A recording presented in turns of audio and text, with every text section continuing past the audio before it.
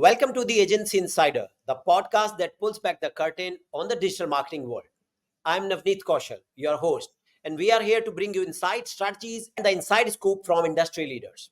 Today, we have a special guest who needs no introduction in the SEO world. He's the master behind Wix SEO strategy.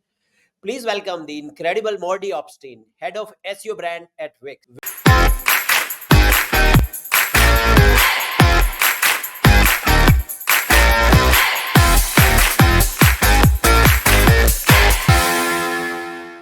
Thank you for joining today.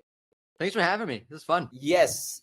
So let's dive right into it. You held various SEO positions throughout your career. Can you walk us through your SEO journey and how it led you to your current role at Wix? Yeah, so I actually started SEO on the content side of things. I was a teacher at one point, and I was working for an educational software company, writing content for them, educational content. And they asked me, hey, you're one of the only native English speakers here. Could you write web content? I'm like, I can write anything, whatever you want. I can write it. I said, great. Can you also get organic traffic from what you write? And I'm like, yeah, I can do that. What's organic traffic? And that's how I started my SEO journey. It's like 10 years ago. So like around 2013, 14, something like that. All right. So that's where it started. And now you are at the Wix. So of course, head of SEO brand at Wix. I mean, you find head of SEO, head of digital. What exactly the head of SEO brand means? So my SEO career has been pretty interesting. I've always kind of straddled this line between the SEO side and the marketing side of things. So for example, I'm at Rank Ranger, which is one of the SEO platforms, got bought out by SimilarWeb. So I started off there as their content manager, head of marketing, their CMO. So I've done a lot of things. Like we grew traffic for the blog like 200% over the course of, I think was 2 years, something like that. So I've always done like the SEO side, but also the marketing side of it. So like while working to grow their blog 200% over the course of 2 years, we were also doing things around growing ourselves as a leader in the SEO space, thought leadership, authority building, that kind of thing. So I've always kind of straddled both the SEO and I'll call it the brand marketing world. I was at Semrush for a while doing head of their comms. So on the Wix side, it's an interesting role. It's about basically how Wix or Wix Studio positions itself for SEOs, right? So what do we want SEOs to know about the platform? How do we want SEOs to feel about the platform? How do we want digital marketers in general to feel and to relate to the Wix Studio and the Wix platforms? And a lot of that is also internal education for our users. So it's an interesting role between somewhere like SEO education, brand marketing, and with our Wix SEO Learning Hub, actual SEO. Okay. So what are you the guy paying $20,000 to the SEO who get ranks for the Wix? No. I'm the guy who's... You know that, right? No. I'm the guy, I don't feel like, Wix has an interesting relationship with SEO historically. Back in the day, we were built on Flash. SEOs didn't love us. I didn't love Wix way back in the day. So I was the person who came in and said, hey, wait a second, Wix isn't what you think it is for SEO. Here's what you need to know about SEO for Wix, and sort of like change that whole positioning around how SEOs feel about Wix. We've gone from industry pariah to, I'll say, industry leader in SEO. Okay. Yeah. I still remember a lot of people. I mean, I run an SEO agency, and when somebody say, can you optimize Wix? Right. So the fact that you don't think about Wix that way, like I'm that dude. Right. So that's interesting. So what are some of the biggest challenges you have faced in the SEO industry, and how have you overcome, including the one where Wix is not loved by the SEOs? So, I mean, from a community standpoint, I think the biggest challenge was how do you go from what I'll call was being a toxic relationship between Wix and the SEO community to creating a healthy relationship. Forget leading the community. Like we're doing meetups with Search Engine Journal, with the latest Solis, with John Shahada. Forget leading the SEO community. How do you get to a place where you have a healthy relationship with the SEO community is probably the biggest challenge. On the SEO side, we have our whole SEO Learning Hub. I think like one of the advantages of having an SEO Learning Hub under the Wix domain is that the Wix domain carries a lot of authority with it. Right. So ranking is probably not our hardest issue. I think our hardest issue, this is for all you enterprise SEOs out there, is when you have multiple sections within a website or multiple publications in a website, think like the New York Times and the Wirecutter or the New York Times and the Athletic. How do you find that niche for that subset of the website, right? So How do you make sure that we're not overlapping with, let's say, the Wix blog, or how do we make sure we're not overlapping with what e-com is doing? So making sure that we stay in our lane and that we help the domain authority overall, but we don't let's say, cannibalize our efforts, kind of thing. I think that's the biggest SEO challenge for us. Okay. My Now, team in particular.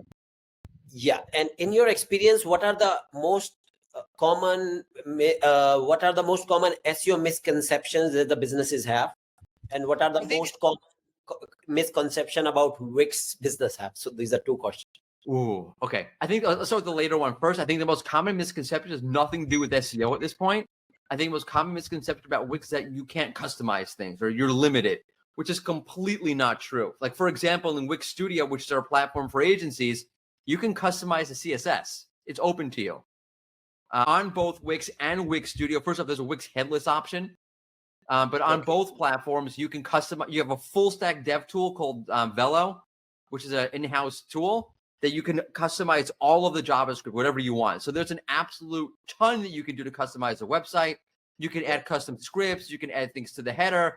There's really, outside of touching your server, which for most people, you're going to lock yourself out of the server. There's really not much you can't do on a Wix website to customize it. So I think that's the biggest misconception there. On the SEO side, I think the biggest misconception SEOs have now in general about SEO is, or businesses have about SEO, I think both. I think both businesses and SEOs both have the same misconception, which is SEO is siloed. I'm going to do SEO. And I think we're quickly moving into a world where there's no such thing as doing SEO. I think that's true on the more technical side of SEO. Right. But if you're looking at SEO as a wider discipline, I don't think there's doing SEO. I think there's building your digital footprint. And I think SEO is a big part of building your digital footprint, because Google drives the most traffic to websites out of any other platform. So I think SEOs need to think about SEO broader than just traditional SEO. And I think businesses need to realize that what they're doing on the SEO side should be interjected and connected with the wider branding efforts that they're doing overall.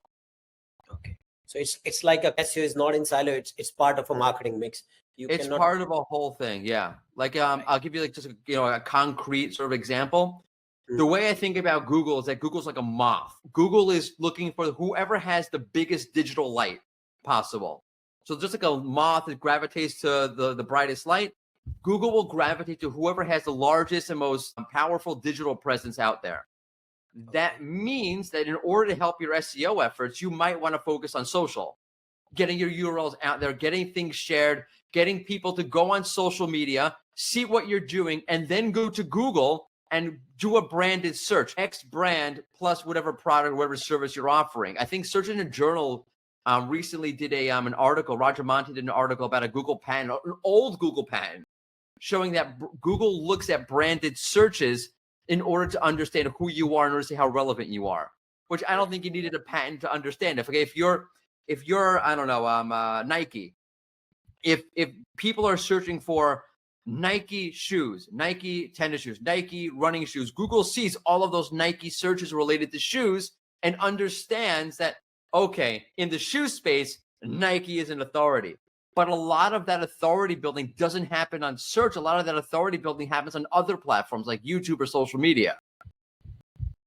Right. So of course, as everybody says, if you are starting, the first thing is to build your brand. Even if you are doing social media, it's your brand out there. You put your brand, forget the keywords. Yeah. Focus on your brand. As a rule, focus on your brand. Right. Now, I also have some misconception about Wix, which I'm sure my listeners also would have. So can I shoot some of those very quick questions? Let's do it. Okay. My developer. Now we can't do hashtag optimizations. I can't change they are all wrong hashtags. I can't change it in Wix. True or false? Which tags? Header tags. Oh no, header tags? No. Super easy. You can change them on the page level. You can set them at the folder level. So let's say, for example, like I'm a local business.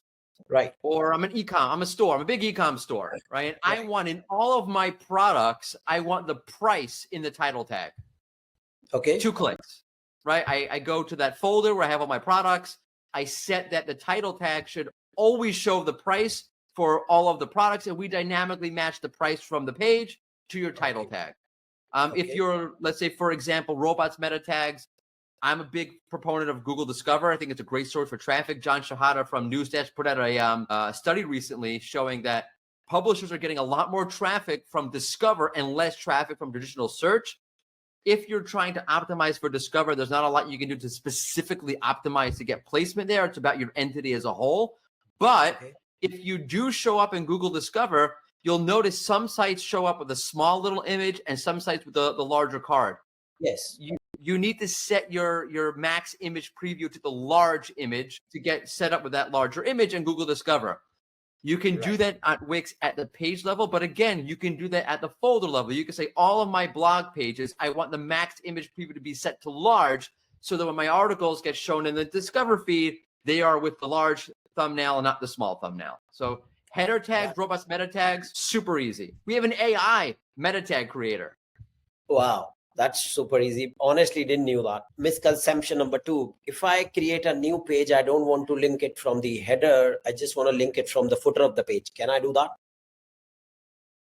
So you want to have a jump link to the footer of the page? Yeah. Let's say I want to create a specific city page, but I don't want it linked in the header navigation. I just want it footer near somewhere around copyright. Okay, cities we serve in, because it will not look good in the header. So can I do that? Yeah, you can put your links wherever you want. Okay. No problem. Yep. I can modify robot.txt as I want. You can modify robots.txt. Oh yeah, absolutely. Robot.txt, fully customized. So we optimize it by default. So for example, we'll exclude, I think, what is it, like Hawaii's bot, the Chinese phone app. I think we exclude that from, because they're just like crawl. We saw no benefit to it, but I could be wrong about that, but I'm pretty sure we do. Pedalbot, I think it's called. But you can fully customize it. It's open to you. One of the cool things, by the way, is that if you're in there, you change something in the the robot.txt file, and you're like, wait a second, I totally screwed that up. You can reset to default in one click. Okay, that's good. Yeah. I can do 301s. Yeah. On many page types, for example, let's say your static pages, so like your home page, your about page, any kind of, let's say, landing page you built as a static page, we'll do an automatic redirect for you. So for example, let's say you changed it from mysite.com/about to mysite.com/about. Okay. It's a main page. It's a static page. We'll implement the 301 for you. You have to do nothing. Okay. And we'll tell you that we're doing it when you do it. Beyond that, you can bulk redirect. So you can import up to 500 and you can just bulk redirect them. You can also do it by path. So let's say you're changing all of the URLs from mysite.com/post to mysite.com/blog, whatever it is. So anything under that folder will be automatically redirected as well. Okay. One last question. What about the technical SEO? Because that plays a role. So is it already optimized? Because a lot of businesses fail issue when it comes to Shopify. They pick a wrong theme and then the site is slow because it doesn't show up in the Google. Everything is screwed up. So how does it work with Wix? Yeah, so a lot of the technical things you can handle. You can reorder the DOM. So you're trying to deal with CLS. You can reorder the DOM. In Wix Studio, we try to optimize the DOM automatically for you, the way that it should be, but you can customize all of those sort of things. Some things on the technical side we try to do again for you, like we automatically optimize your sitemaps for you. Okay. There's flexibility. So by the way, so I was like, Wix sites you have to do this by a geo, but I'm thinking of the US on mobile. I think it's close to 70% of Wix websites pass Core Web Vitals on mobile in the US off the bat. Okay. But again, there are a lot of things that you can do. We automatically, for example, compress images for you. Okay, so you don't have to pay the plugin. Right, we don't need to do a plugin. We automatically compress the image. We actually automatically cache pages for you unless you interject custom code. So again, there's a customizable thing. You can interject custom code on a Wix website. And what we do is we don't cache the page for you. We automatically stop caching it. Why?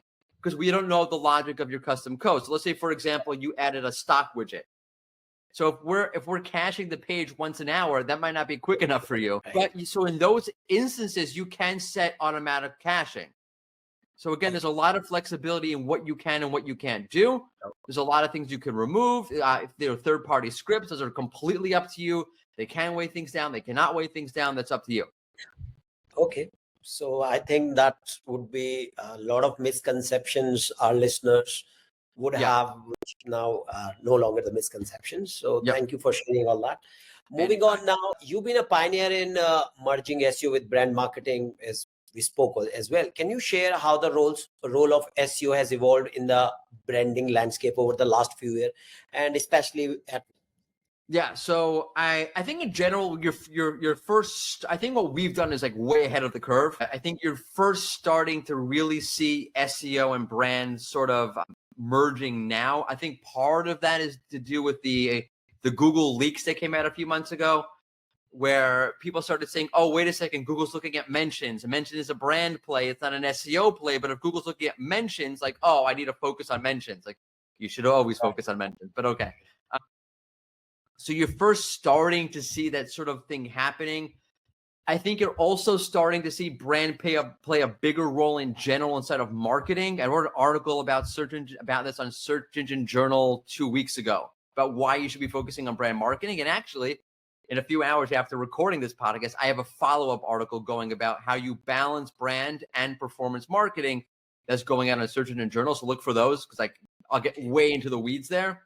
But basically, I think the web as an ecosystem is moving to a place where you're going to be focusing more on brand for a few reasons. One is users are kind of woken up to the idea, people, forget users, I hate that word. People have woken up to the idea that what I should be spoken to, meaning don't speak at me with web jargon, the most powerful optimized platform ever.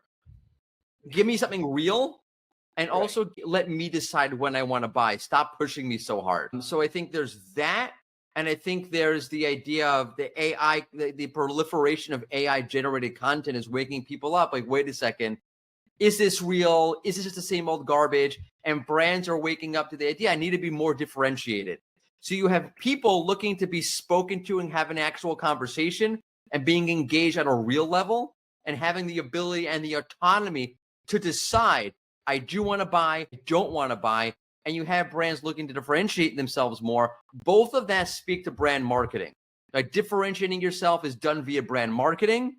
If users are not looking to be pushed into the sales funnel, but they want to come to it on their own, that's also brand marketing, because now you need to have top of the funnel brand awareness. If people are not going to be just thrown into the funnel, you want them to know who you are, know that you're somebody who is very authoritative or relevant to this service or this product, and have them, as I mentioned before, Google you or go directly to your website. You want people to know that if I'm selling widgets, let me Google this company. I know they're the ones who sell the widgets.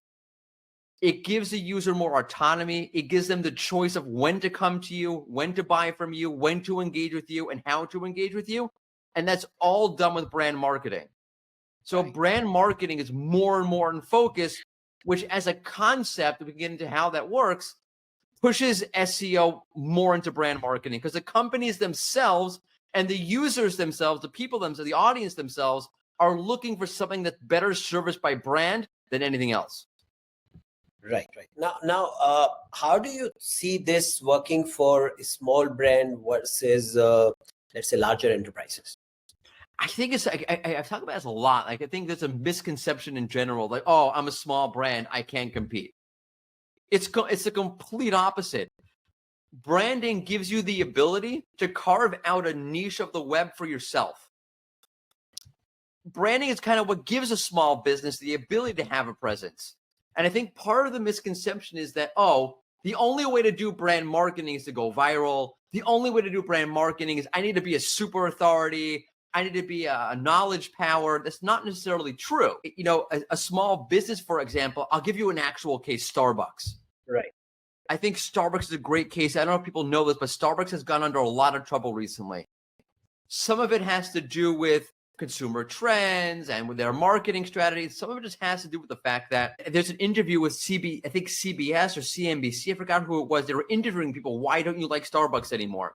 And one of the responses back was, I feel like Starbucks just became too corporate. And Starbucks is now facing an issue where if I'm a person and I have two stores right in front of me, the local cafe and Starbucks, I'm going with the local cafe because Starbucks just gives me an icky corporate feel, whereas the local cafe might actually not have good coffee, but I feel, oh, it's boutique, it's Right. niche, it's local. It was the same thing that happened to beer companies over the, I don't know, like the last 20 years. Right. The smaller craft breweries started popping up, gaining market share, and some of the big breweries dealt with it by controlling distribution. That's a whole complicated story of how they do that. But some of them dealt with it by leaning into being more niche, being more local. So Coors created Blue Moon, which is a craft brew that people don't realize is actually part of Coors, but it comes off as craft. Starbucks would be doing well to do the same thing. Starbucks would do well to create a sub-brand that's local, where it's not necessarily Starbucks, it's Bob's Coffee, but really it's Starbucks. Local brands have that power going for it. You're grassroots, you're likable, you're not corporate, you're all of those things. And they should lean into that to gain market share. What I think what local brands do that make a mistake is they feel like, oh, we need to compete with Starbucks and we need to be an authority. We need to have market share like Starbucks. No, you don't. You need to be differentiated from Starbucks. So instead of trying to fight the big brands for visibility, fighting the big brands for that brand persona, I would find the opportunity by looking, what are the big brands not? What can't they do? And be that and serve that. And don't go, I need to get 1 million people drinking my coffee like Starbucks. Think about how you can steer your brand identity and brand positioning to take advantage of everything Starbucks can't be. Right. Right. I completely agree with you. I think that's one reason why Starbucks replaced their CEO and their share moved 20% just yesterday. Yeah, there you go. Yeah. Now, how can, of course, so when it comes to brand marketing, I understand for a small business, but how can small businesses leverage SEO to not only improve their rankings, but also build a strong brand identity? Yeah, so I think like one thing to realize about SEO and branding is your content is your brand. Whatever you put out there is your brand. That's what people can see, and that's how they can interpret what you're doing. Understanding that you need to balance your SEO strategy with your brand strategy. For example, if you're a small business who's just gonna go after the local SEO keywords or going after the whatever keyword market share you can gain and going full on SEO with it, everything kind of feels like SEO content. Everything kind of comes off as SEO content. You're doing yourself a disservice. You might win the rankings, but once the user gets to you, what are they feeling about you? What's the associations they're creating? What's the sentiment they're creating? So you need to balance having a very strategic SEO strategy to capitalize on local SEO or local keyword market share, doing it in a way that doesn't tarnish your brand. Look, when a brand does something like dentist near me, and they name their brand dentist near me, Yeah, people aren't stupid. They know why you're doing that, and you come off as a little bit spammy. I am not letting you near my mouth. I don't care how cheap you are. I'm not letting you near my mouth. So you right. need to balance that local strategy to get those local keywords with not coming off as overly like manipulative and scammy at the same time. Right. So in many of your talks, you emphasize the importance of user-centric content. And how does Wix incorporate user intent and behavior into its SEO strategies? I mean, look at what we're doing now. So we have like a Wix blog and we have an SEO learning hub. A lot of the topics that we cover kind of overlap. So the Wix blog will cover what is SEO. We will not cover what is SEO on the SEO learning hub as a keyword targeting. Why? Because there's different intents. The intent of our Wix SEO learning hub is geared towards SEO professionals or SEO enthusiasts or people who are doing SEO for a long time or getting started in SEO. It's SEO from a more professional mindset. Like I earn my living or I'm building up my business with SEO. Whereas if you're on the Wix blog and you're maybe a self-creator or you're a business owner and you're just looking to get a little dabble into what is SEO, I'm just looking to get started. That's not the same intent. Those are two different intents. It might be the same keyword and we can both rank for them on different parts of the website, but if you're looking for what is SEO, we look at that as you're really, really just at the very, very beginning of your journey, maybe a professional SEO learning center is not for you yet. We might steer you there. In that article on the Wix blog, we might have links to, hey, if you now know about SEO and you want to go a little bit deeper into the weeds, here's a whole learning hub about it. But we're not going to try to target you with the wrong asset at the wrong time. We'll try to use our assets and line them up with user intent. Okay. So we can also show how, where the person is in the funnel. Is it in the bottom of the funnel? It's kind of similar, right? Yeah, I mean, we look at it as like less of like, I look at it at least, I want to speak for the entire team, as less about funnels and more about where the user mindset is, which I think would align to a funnel. I think the funnel is messy, which I don't like thinking about funnels because of that. But if you think about where the user is on their learning journey, it should usually match up to where they are in their buying journey also. Right. I hope. Yeah, yes. So now, what are your thoughts on the current state of SEO education? And are there any resources you would recommend for beginners? I know one for sure, the SEO Learning Hub at Wix, but what are your thoughts? There are a lot of great resources. Obviously, I'm pitching the SEO Learning Hub. We have a lot of, so we have a podcast, we have webinars, we do a daily news series. So you can keep up with the SEO news with Barry Schwartz, who's like the king of SEO news. There's a lot there. I will say, like, diving deeper into the SEO news is a great way to learn SEO. It's how I learned SEO, to be honest with you. I went to SEOroundtable.com. I still go to SEOroundtable.com every day in the morning, search and land, all those kind of websites to see like what's going on, where's the SEO world heading. And I think what happens at the same time, you'll start seeing things like, you know, Barry will cover a certain topic. Like, what is that? I don't know what that is. And that still happens to me every once in a while. Barry, I'm like, what is that? And you start Googling and start researching yourself, like, what is that topic? So I think that's a great way to learn about SEO. Social media can still be a great way to learn about SEO. So follow people like Glenn Gabe. Glenn Gabe is an absolute wealth of SEO knowledge. Follow him on X. Aleta Solis is an absolute wealth of SEO knowledge. She's on LinkedIn and X. I mean, Glenn's also on LinkedIn. So following the right people will lead you to the right resources because they'll quote the right resources for you as well. Right. Those are some of actually good content creators for SEO. And of course, you get a lot of information. I follow almost all of them. Yeah, they're really great. Like Glenn is great. Aleta is great. Kevin Indig, Eli Schwartz. There's a ton of people out there. I have interviewed Eli just recently as well. Oh, nice.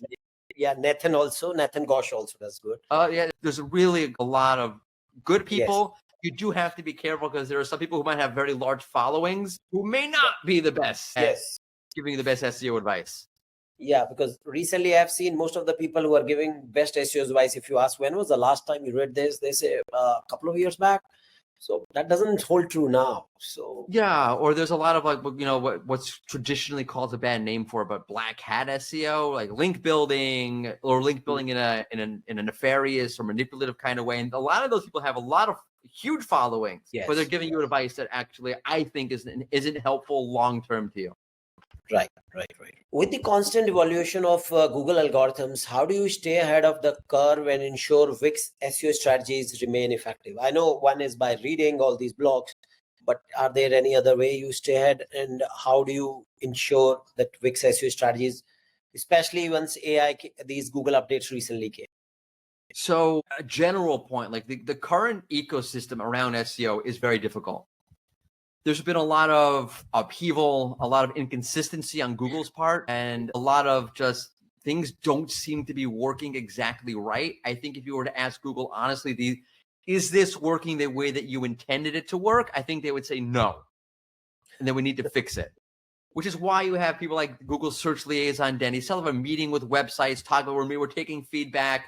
We're trying to see what's going on. John Mueller, Google Search Advocate, has even said, yeah, we expect things to change with the next core update. So I think they get it. Like something happened that didn't go just right. And I'm not saying, I think people are very negative on Google about that. I think it's very hard to get it right, especially as you see, as I mentioned before, consumer content consumption behavior patterns are changing, both because of what users are expecting and both because what's being put out there because of the AI content, generative content.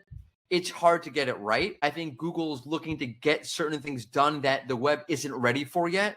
And that's on both of us as content creators and on Google to get that right. For example, firsthand knowledge in content. Google says we want it. Google dumped a bunch of Reddit on the result pages to get that because we haven't created it for Google. And that's both because we're not focused on that and because Google hasn't incentivized that. We're both at fault for that. Right. So it just makes it a complicated landscape to rank content or to feel confident in what my strategy is to rank content, because I can be doing the right things and not, I think now more than ever, you might be doing the right things and not getting the results that you wanted to, at least in the immediate sense. Yes. I think it's important, and I can't speak to the wider SEO strategy at Wix. Obviously, we speak to the wider SEO teams, but on our SEO Learning Hub, we are all about, our SEO strategy is all about doing the right thing long-term. What is the right way to create content for users that speak to the intent, that speak to the users, that help build up our brand, that help create content that's differentiated, that even though it might not rank right now, we feel confident that once Google gets things under control, will be the content that ranks. Now, obviously, it's a little bit more, we have the luxury of doing that because we're not trying to build signups on our SEO Learning Hub. We're trying to build a brand. If you are trying to get signups and conversions and revenue, obviously that approach is way more anxiety ridden and way more complicated. I will say it doesn't mean that you should abandon it just because it's not working right now. Think about what's best long term for the health of your content and mitigate that by trying to do the things that'll maybe move the needle right now. But I wouldn't abandon an entire content strategy because Google's not working right now. Play the long game. Right. That's a good advice, because even if a lot of people left affiliate marketing, a lot of people said Google, jillion of things, but I believe there is a course correction coming ahead. Yeah, it's a course correction on both sides. Look, affiliate marketers, I don't want to, call them out, but there are a lot of things going on that I think weren't healthy for the state of the web that Google, we have a whole podcast episode about this with Glenn Gabe where we go is Google at war with affiliates? And the answer is yes. I think Google is at war with affiliate marketing. But that doesn't mean that done right, Google won't reward affiliate marketing either. Right. Now, let's talk about AI and SEO. Of course, any podcast, how can we leave AI? So the AI is, of course, has rapidly transformed content creation. So what are your thoughts on use of AI in generating content? Do you think it can ever fully replace human creativity? I'll give you a hot take. I think that's crazy. I think even the thought that it could is crazy. Yes, AI is a very powerful tool. I think there's been a couple of things that we need to take a pause. Just because something is amazing, it's cool, it's innovative, wow, doesn't mean there's a business case to using it. Those are two very different questions. So yeah, AI can do all these great, cool things, but when I apply it to my business use, does it actually work the way that I want it to or not? That's two very different questions. And I think what you're seeing, at least in the marketing space, is a subtle pushback where everyone's AI, amazing. And now wait a second. Is this differentiating me enough? Is this giving me the ability to rank well enough? Maybe I don't want to go all in on AI. And I think you have, things like, oh, you're selling me on an AI tool. I think you're starting to see, even in public now, marketers saying, pause. Is this what I really want? And does it really work the way that I want it to? I know that it's AI and it sounds cool, but let's hash this out a little bit more. So there is a place for AI. If you're not adopting AI, if you're not thinking about AI, if you're not focused on AI, I think you've missed the boat. If you've gone at the same time, if you've gone all in on AI, too far. There has to be a balance between using AI and using AI the right way. If you're using it to spin up content, I think that's the wrong way to use AI. I think if you want to generate ideas, if you want to refine things, if you want to say, hey, I wrote this post, something about it isn't working right, could you maybe redo the tone for me? Could you give me some ideas? Could you redo the headings for me? I think if you give AI a particular mission to do within a walled off context where you're giving it parameters, where you're saying, take something I already did and make it better or make it different or generate ideas for me, that's a great way to use AI. Right. That's a good use case, actually. Now, how does Wix balance the use of AI tools with the need of authentic brand aligned content? I mean, look, we're a platform, right? So we give you the tools. What you do with them are completely up to you. Right. So, for example, we have an AI meta tag creator. So I can write a title tag or a meta description. The AI will scan the page. You can even tell the AI. I'm talking like it's an actual thing of the AI. You can even tell it what's your focus keyword, and it'll spit back a title tag or a meta description for you. I love using it for meta descriptions. I don't care about meta descriptions. Go ahead, write me a meta description. That's not a ranking factor, just a click. It's not really a ranking factor directly. Google's rewriting them anyway, half the time anyway. And what the AI outputs is generally pretty good because, again, it's a walled context. You're not telling it, write me a meta description. You're saying, look what I wrote on the page. Take this keyword and now write me something. You're giving it some context or some meat to work with. Right. So again, it's but I might say, hey, wait a second, like this is a really important keyword for me, a really important converting page. What the AI wrote is good, but it's not good enough. Or I want to refine the messaging because it's something that's really important to me. I'm going to put my own personal spice and touch into it. What you do with the AI, like we can give you AI that spins up websites. We have AI that spins out content. You could do all of those things. Do I recommend you go, okay, click the button and do it and then leave it? 1000% no. That is not how you should be using our tools for AI or our AI tools. You should be using them, but then putting your own personal emphasis or own personal touch or own personal focus into it afterwards. Right. Now, there's been a lot of discussions around EEAT, and of course, can you elaborate on the importance of EEAT in SEO and how can business build it? Yeah, so there's always been this SEO. I guess I'll say it's like, what's the word I'm looking for? It's a not a confrontation. It starts with a C. Conflict, no. Oh my gosh, it's on the tip of my tongue and I can't get it out there. But a scandal, all right, whatever. There's been like an SEO scandal of some sort. It's not the word I was looking for. Where is EAT part of the ranking system? Is it not part of the ranking system? Blah, blah, blah. So EAT comes from Google's quality rater guidelines. Those are the actual people Google is paying to review content. And Google's telling them, here are some guidelines about how you should score this content. And part of this scoring that they do is called EAT, experience, expertise, authoritativeness, and trustworthiness. Great. Is it playing a role in the algorithm? So I'll say two things on this. One, who cares? If Google is telling its readers, this is how you should be looking at quality, then that automatically tells us that this is what Google really wants to do with quality or how it really defines page quality. So why wouldn't you do that? The second thing why it doesn't matter is if it's good for your users, which it is, then do that. The third thing is Google has said that they try to simulate as best as they can what quality to a human would be with the algorithm. Obviously, it's not a one-to-one, but they're trying to assess quality algorithmically. You saw that with what was the helpful content update, which is now part of the actual core algorithm, where quality is a domain level construct. Metrics, right? Right. So you clearly see Google is looking at quality, is trying to simulate the quality the best that it could from how a user or a person will look at it. So obviously looking at EAT would be helpful in understanding how Google is thinking about quality. So the answer is yes. On multiple fronts, you should be looking at what is Google saying about EAT, and you should really be going beyond it. Right. How would you best define what's experience-led content? What's expertise-led content? How would you define authority that even goes beyond what Google is saying in their quality rater guidelines and what speaks to the actual user themselves? Right.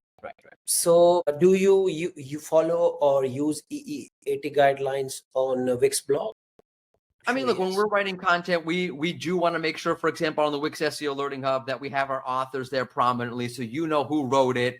You can understand that this person is an expert on this topic. Does that play into the algorithm? I would like to think so. we very much try to focus on offering you an experience in the content that's driven by people's actual experience on that topic. So if we're talking about how to build an SEO report, so we have an article from Judith Lewis on that. Judith Lewis is an expert on creating SEO reporting, and she's pulling in her own experience of crafting SEO reporting over the last 15 years or more. I don't want to shortchange Judith, into how you should be crafting your SEO report. So we like to think that we're naturally integrating EAT into our content simply based on our own editorial guidelines. Right? So our editorial guidelines are focused on crafting content based on what's actually worked for you. And I was like, all right, I'm just going to spit out some content. Okay. Now, let's talk about challenges in the SEO today. Of course, there are a lot of challenges we both know. So what are some unique SEO challenges that website builders like Wix face, and how are they addressing them? I mean, I think it's the same challenges that we're all kind of facing. The ecosystem is very uncertain. You have things like the AI overviews. So in the US, particularly, Google has unleashed its AI overviews, the AIOs. Different data sets will say how often they actually show up, ranging from like very, not very commonly at all. That is the you're talking about, right? Yeah, the SGE. What was SGE? Google's now rebranded as AI overviews. How are they playing a role in what's ranking, in the traffic you're going to get? I think we're still not there in terms of understanding that ecosystem. I think people are freaking out. One thing that I'm looking at, by the way, is like, okay, great. The AI overviews may show up 15% of the time, or 15% of queries, or 7% of queries, depending upon the data set. But one thing to think about is how secure are the URLs? Is Google using a different URL inside of the same AI overview one day to the next day? We don't know yet. By the way, little soft pitch or teaser. It's something that I'm working with SEMrush now on doing a study about, like how consistent is URL placement inside of an AI overview, because that might change my entire strategy, or it might change how much I actually care to focus on AI. If Google is showing the same URL every single day inside an AI overview, maybe it's worth getting that link. If Google is showing a different one every single day, okay, yeah, the AI overview is there, but maybe it's not worth spending my time on. So there's a lot of uncertainty in the market right now. And that's doubled down on the fact that the algorithm seems a little bit wonky. There's a ton of Reddit on the SERP. Google is maybe not showing the best results for the queries right now. It's all kind of an ecosystem of uncertainty right now. I think that is the biggest challenge to an SEO professional at the moment. Right. I completely agree. Now, just a follow-up question, of course, more complex than ever. Are there any other biggest challenges you see for SEO today, particularly when trying to align their brand? I think from that front, the biggest challenge for an SEO is that SEOs are fundamentally performance marketers. And I don't think performance marketing is what makes sense right now. So if you look, for example, what Nike did, Nike went all in on performance marketing since COVID. It's been a giant disaster for them and actually led to other brands, let's say like Hoka or On, to having more shelf space at stores like Foot Locker, which is not what Nike wanted. It gave their competitors an opportunity to really get a very strong foothold because they went all in on performance marketers. And I know SEOs listening to this will probably call me a heretic for saying this, but as a brand, you do not want to give the keys to the kingdom or the keys to the car to the performance marketing team, to the SEOs.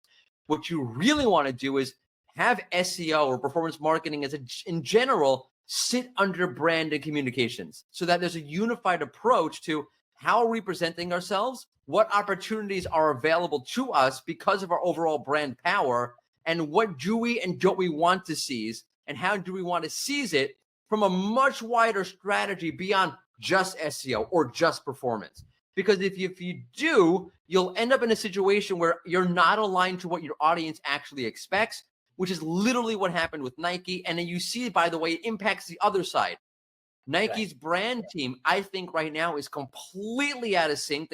They're not where they want to be, and they're not putting out the messaging they want to, because the overall company is out of sync because of they doubled down on performance, which is a totally different conversation. But it's super interesting to see what Nike did. I think they're the paradigm for not going all in on performance, because it'll mess you up on the performance side and it'll mess you up on the brand side. Right. I know like all your entire audience is like shaking their head at me like, oh my God, I can't believe you just said that. We're all performance marketers. What are you saying? We want more control, not less. Yes. Yeah, I agree with that. Sorry. I'm really sorry I said that. No, you just said what is right. So how do you advise brands dealing with these challenges, especially in a rapidly challenging market? Of course, when you said don't give it everything to the performance marketer, but otherwise, how do you advise? Yeah, I think brands are, you know what? I'll compare it to affiliate marketers. I think affiliate marketers now realize that you have to take your foot a little bit off the gas pedal. You can't go full on trying to get traffic to the affiliate sites because you know Google's going to kill you if you do that. In this case, it's not Google, not just Google that's going to kill you. It's your own consumer base that's going to do it, or your own potential consumer base. If you go full on in on what performance marketing will tell you to do, which is maximize revenue, maximize KPIs, ignore the wider messaging, and go with what works right now to get a sign up, to get a conversion, to get a dollar spent, I think in a year from now, 2 years, whatever it is, your overall consumer base is going to kill you. And they're going to say, we don't like that. Just like they're saying with Starbucks now, it's too corporate. They're going to say to you, like, that's too much. That's too salesy. It's too markety. It's too controlling. It's too coercive. It's too bothersome. It's too whatever. You have to take your foot off the gas pedal. And I think, by the way, I'll give you another hot take. I think it's going to mean that brand teams are going to have to start realizing that half the things they're doing are not actual brand marketing. It's product marketing and performance marketing in disguise. You going online and you saying, we have the best product is not brand marketing. That's product marketing, which is basically like the borderline before you get to performance marketing. So I think everyone needs to take a break, take a chill pill, stop trying to push what's good for the immediate sale and the immediate sign up, and think what's good for your ecosystem long-term that gives you long-term stable growth over time. Okay. So that's interesting take. So let's talk a little bit about technical SEO. Now, with the increasing importance of user experience and page speed, how does Wix ensure its technical SEO foundations remain solid and competitive? I mean, so I want to say two things about performance. I think like SEOs have kind of blown performance out of the water, or out of proportion rather. And I think Google's partly to blame because what they wanted to do with Core Web Vitals was try to like make the web more improved from a performance point of view, which would save them a lot of money. I don't think it's been effective at all. I think what people have basically seen, I think you've seen Google themselves do this because some of their pages, Core Web Vitals, stink, is people decide when they want the trade-off and when they don't want the trade-off. I think a lot of the things that would get you Core Web Vitals would also mean less conversions. So websites, I know this for a fact, will say, we're not going to optimize for Core Web Vitals here. We're going to optimize for the conversion. I want that very heavy image there. I want that gift. I want whatever it is there because it brings me conversions, which is why I think Core Web Vitals has been ultimately a failure because it forced a trade-off. If you want to improve performance across the web, you can't force a trade-off. It has to work together. Right. So leaving that aside for a minute, where Core Web Vitals, and Google has said this, and basically every SEO study on the planet from SEMrush to BrightEdge have basically shown this, where Core Web Vitals matter is basically nowhere, except where you have a runoff, where you have two pages that are very similar, that Google now needs to decide, like, what's going to tip the scale. So Google said that that's where we look at Core Web Vitals. So for example, in the news space, Core Web Vitals is very, very important. Syndicated content, I'm ABC News and I'm NBC News. We have the exact same content. We're just pulling it from the AP. Page speed is going to be a deciding factor, for example, one of the deciding factors. Right. That said, page speed is, I think, predominantly, or performance is predominantly way more important for consumer satisfaction in most cases than it is for SEO. So one of the things that we'll look at, we have an entire team dedicated to constantly improving things. So when Google, by the way, switched from FID to INP, we were one of the teams that Google was talking to about how do we best go about making that change.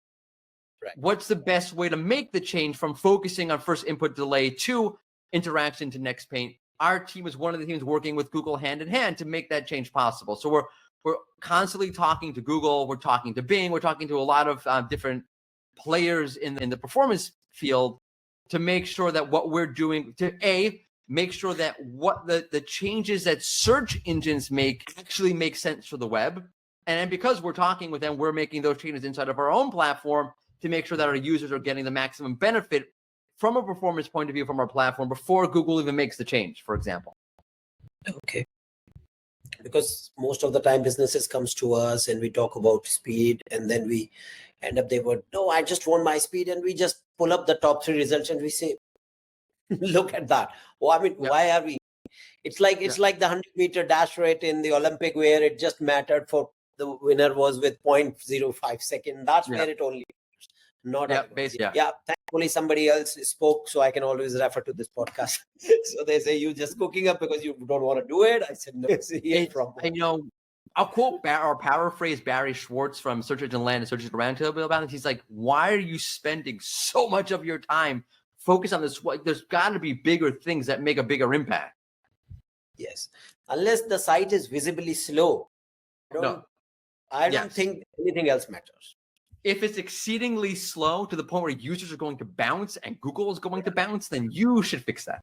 Yes, that's the only thing. Right. So let's talk about the future of SEO. Looking ahead, of course, not everybody sees that very bright, but where do you see the future of SEO heading, and what should the SEOs be preparing for in the next 5 years? I know none of us can prepare for the next 1 year for that matter's sake, but still, your take. I think I was talking to my counterpart at Wix, Crystal Carter, the co-host of our podcast, Surps Up, about, is SEO dead? And one of the points that she made, I thought was a really nice point, was that no, SEO is not dead, but I think how we think about SEO might be dying. And that's, again, as we mentioned before, this idea of SEO being very siloed off from other marketing disciplines. I think over the years, you've kind of seen like a merger between SEO and, say, content strategy or content marketing. I think that's like a precursor to what SEO is actually going to look like, when SEO is actually going to be. It's going to be a much more multidiscipline activity. It's going to consider the needs of other disciplines much more than it currently does. And I think you're going to see SEO be integrated into other activities, right? It's integrated into my content strategy. It's integrated into my brand strategy, right? If I'm a brand marketer, I would be thinking about how can I build brand power? How can I position my brand in a certain way that makes me an authority on a certain subject or sub-subject? And now, how can I leverage that brand power for SEO?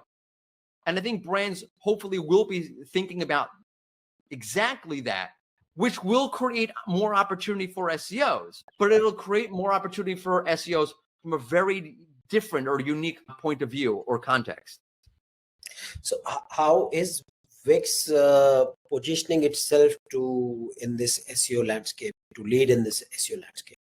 I mean, we're all in on SEO. I think it's probably one, from a user point of view, it's probably one of the more popular topics among our audience, among our user base. It's also one of our greatest growth channels. So when we say like we're an SEO first company, we literally mean we're an SEO first company in terms of the product, in terms of what our audience is interested in, and in terms of what we actually do for our own growth. It's first and foremost at the top of our mind, what is going to happen with SEO, and how do we adopt SEO practices that are going to position us for long-term success in 5 years from now, kind of thing. Okay. That's interesting to have an SEO first platform for people to use. Yes. Yeah. Definitely. Now, you host the SEO Rand podcast, of course. What inspired you to start it, and what's your approach of creating engaging content? I host a lot of podcasts. I do the SEO Rant podcast. I do Wix's Surps Up podcast, which is another SEO podcast, and I co-host Edge of the Web's news podcast every week. And I guess our daily SEO news series on YouTube is also syndicated across podcasts, I believe. So that's also a podcast. It's new, it's called. On the SEO Rant side, that really started as a side thing. I wanted to continue to have conversations with SEOs just for my own sake, to be connected with people, to put out some really interesting content, to give SEOs a chance to speak about SEO in a like unfiltered kind of way. So that's how that basically started. It wasn't meant to grow, a million users. It wasn't meant to grow my brand. I really just wanted to connect with other SEOs and put out content, put out the conversations that SEOs would have behind the scenes, but put it out there in public. Okay. And so what's your approach to creating engaging content? So engaging content, I think it's two things. My personal approach, there's nothing to do with what we do on the Wix SEO side. My personal approach is to be a little bit real. Maybe my posts aren't the most polished posts, like 5 ways to do whatever. That's not what I'm looking to do. I'm looking to give you like, what am I actually thinking? Or to give you a contrarian point of view. Like if everyone's all hot about this, maybe pump the brakes on that because of this reason. So I'm trying to give you just a little bit of a different take. I'm also giving you a more of a conceptual take, maybe to my detriment, to steer away from 3 practical things you can do. I'd rather give you a mindset. Here's the mindset that you can take and now apply that to whatever you want to apply it to, kind of thing. Okay. All right. Mordy, thank you for sharing your valuable insights. Is there anything you are particularly excited about that's coming at Wix or in the SEO world that you would like to share with our listeners? Yeah, I mean, look, on our SEO hub side, we're putting out a new 100th episode of our podcast soon. It's going to be a live podcast. You can tune in and join us and see how many times I flub my intros. That's another podcast. Yeah, right. And we're putting out some new resources, downloadable resources on our SEO hub. So check those out as well. And we're always putting out new content. I'm always excited about that. Okay. And are there any books or resources you recommend? Because I don't have any books on top of my head. We keep an eye on what Aleda Solis is doing and what Glenn Gabe is doing. As I mentioned before, those are like Lily Ray as well. Keep an eye on with the content they're putting out. They're like that running record, especially Lily and Glenn, about what they're putting out around the algorithm updates. It's almost like a running record of what's happening in the SEO world.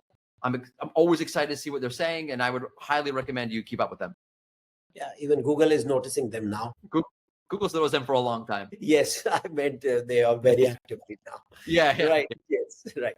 So, and how can our audience stay connected with you and follow your work? Yeah, I'm on LinkedIn a lot. So look for me on LinkedIn under my name, Mordy Oberstein. I'm on X as well. My handle's @Mordy Oberstein. So look for me there. I try to be really, responsive. So if you reach out to me there, I try to actually answer you. So I will answer you if you reach out to me. Okay. And the listeners can reach out for their Wix pains as well. Yeah, absolutely. I'm happy to take feedback and questions. Right. Okay. Thank you once again for joining us, Mordy. It's been a fantastic conversation, and I'm sure our listeners have gained a lot of value. Thanks for having me. Until next time. Thank you.